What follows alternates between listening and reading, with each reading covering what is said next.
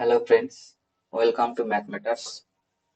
আজকে আমরা দেখব কি না, 5 দ্বারা যে সমস্ত সংখ্যা শেষ হয়েছে তাদের বর্গ কিভাবে বের করতে হয়। তো চলো শুরু করা যাক। প্রথমে একটা সংখ্যা নিয়ে নিই। ধরো প্রথমেই ছোট একটা সংখ্যা নিচ্ছি 15। এই 15 সংখ্যার বর্গ করতে হবে। 15 সংখ্যা বর্গ করতে হলে প্রথমে আমরা দেখব 5 দিয়ে শেষ হয়েছে, তাহলে 5-এর বর্গ কত হয়? 25। প্রথমে এইটা লিখে দেবো যে 5-এর বর্গ 25 হয়। 25 লিখে দিলাম। এরপর দেখবো 5-এর আগে কোন সংখ্যা আছে। এখানে 5-এর আগে 1 আছে, তাহলে এই 1 আর এর পরবর্তী সংখ্যা, 1-এর পরে কে হয়? 2। তাহলে ওই 1 কে 2 দিয়ে যদি গুণ করে দিই হবে কত? 2। তাহলে হয়ে যাবে কত? 2, 225। তাহলে 15-এর বর্গ আমরা জানি কত হয়? 225। তাহলে এইভাবেই আমরা যে কোনো সংখ্যার 5 দ্বারা যেটা শেষ হয়েছে তার বর্গ করতে পারবো। যেরকম আরো কয়েকটা সংখ্যা দেখে নিই। ধরো 35, 35-এর বর্গ করতে হবে। তাহলে শেষে 5 আছে, 5-এর বর্গ কত হবে? 25। তার আগে কত আছে? 3। আর এই 3-এর পরবর্তী সংখ্যা কি না? 4। তাহলে এই 3-কে 4 দিয়ে গুণ করে দিব, কত হয়? 4 3-এ 12, দিয়ে 12 বসিয়ে দিব। তাহলে কত হয়ে যাবে? 35-এর বর্গ 1225। একই রকম ভাবে যদি আমরা 45-এর করি, 45-এর বর্গ, 45-এর বর্গ কত হবে না? 5 আছে, তাহলে শেষে 25 বসে যাবে।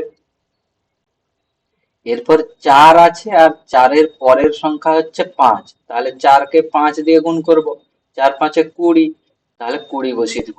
20 25, অর্থাৎ 2025 হয়ে যাবে 45-এর বর্গ। তারপরে যদি 55-এর বর্গ বের করতে চাই আমরা, কত হবে? 55-এর বর্গ না, শেষে 5 আছে, তাহলে 25 বসে যাবে।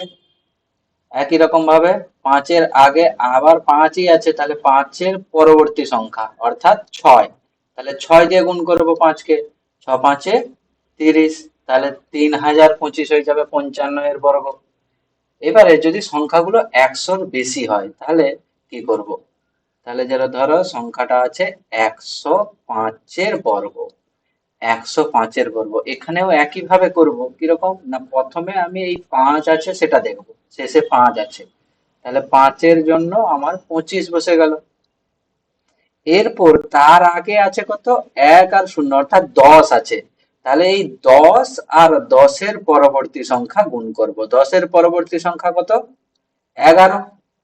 তাহলে 11 গুণিতক 10 করলে হয় কত? 110। অর্থাৎ 105-এর বর্গ কত হয়ে গেল? 11,025। একই রকম ভাবে 115-র বর্গ যদি বের করতে হয় তাহলে কি হবে?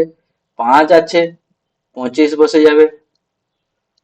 11 আছে 5-এর আগে, তাহলে 11 আর তার পরের সংখ্যা, 11-এর পরের সংখ্যা কত?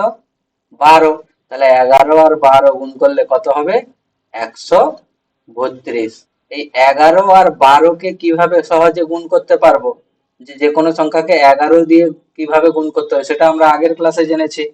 তাহলে 11 আর 12 দিয়ে গুণ করলে কত হয়ে যাবে? 132।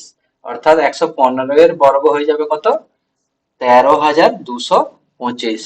একই রকম ভাবে যত বড় সংখ্যাই হোক না কেন আমরা তার বর্গ বের করতে পারবো এইরকম ভাবে। কিরকম? ধরা হয়েছে 1005, একটা সংখ্যা আছে 1005, যদিও এগুলো লাগবে না এত বড় সংখ্যা আমাদের ক্যালকুলেশনে।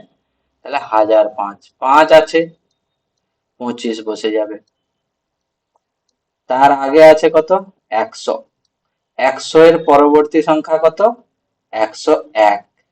তাহলে 101-কে 100 দিয়ে গুণ করলে কত হবে না? 101, তারপর দুটা শূন্য, অর্থাৎ এইটা হয়ে যাবে 1005-এর বর্গ। আচ্ছা, এবারে তোমরা আমাকে কমেন্ট করে জানাও যে 65-এর বর্গ কত হবে আর 125-এর বর্গ কত হবে।